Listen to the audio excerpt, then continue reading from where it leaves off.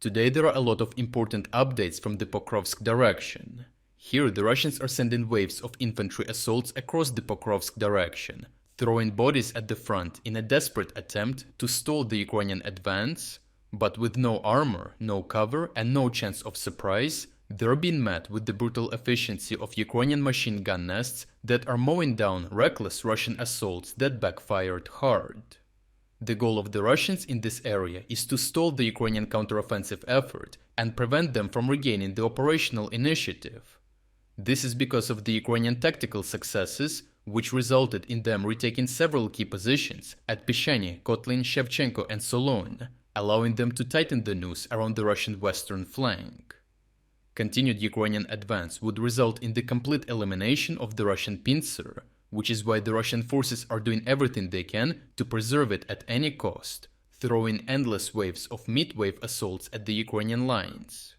This way, the Russian commanders hope to overwhelm the Ukrainian forces with sheer numbers, hoping Ukrainians would be forced on the defensive and cease their offensive efforts on the western flank of Pokrovsk. However, the Russians had already exhausted their reserves in this area as they ran out of steam for continued assaults.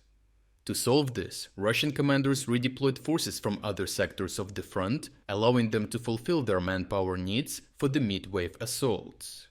However, they could not solve the problem of a shortage in armored vehicles, as the issue was gripping Russians all over the front line in Ukraine.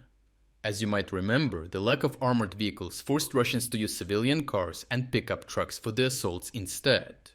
With the problem solved in the eyes of the Russian High Command, Russian forces increased the intensity of their attacks to the same level of intensity as during their initial attempt to take Pokrovsk into a pincer. However, contrary to how Russians gained significant ground here during that time, they barely made any advancements at all. Zooming into Uspanivka to use as an example, Ukrainians used drones to scatter landmines across the main hardened road Russians used.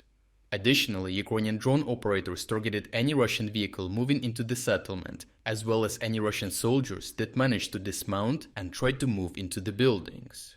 This way, a single Ukrainian drone team reported they were eliminating up to 20 Russian soldiers a day, further underscoring the high casualty rate of Russian tactics.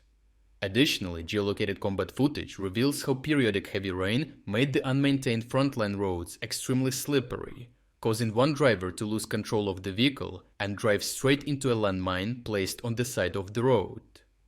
Additional footage shows how Russians drove one Bukhanka van up to Uspanivka, which had already been detected on the approaches by a Ukrainian reconnaissance drone. This allowed the Ukrainian fighters in the settlement to quickly leave their concealed positions and set up a machine gun to meet the Russian assault head-on. Ukrainian soldiers opened fire on the vehicle, which provided zero protection for the Russian soldiers cramped inside as the bullets tore through the vehicle. After this, the Ukrainian fighters quickly and safely returned to their concealed positions, ready to repulse the next Russian car assault.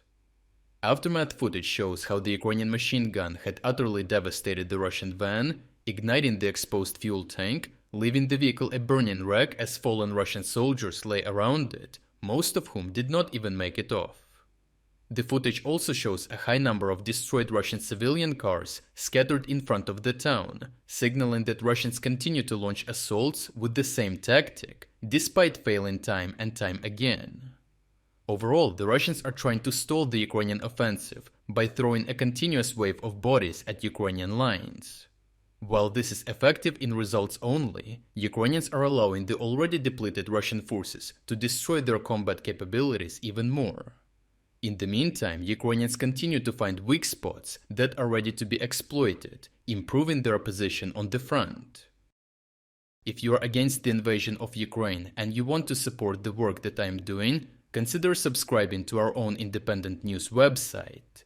Here you can find our exclusive strategic insights, comprehensive overviews of all fronts, and regular tactical analysis videos. By subscribing, you will not only show your support for this channel, but also help and defend independent journalism. The link to our website is in the description. Thank you for watching this report, and I appreciate everyone who stepped up to join us.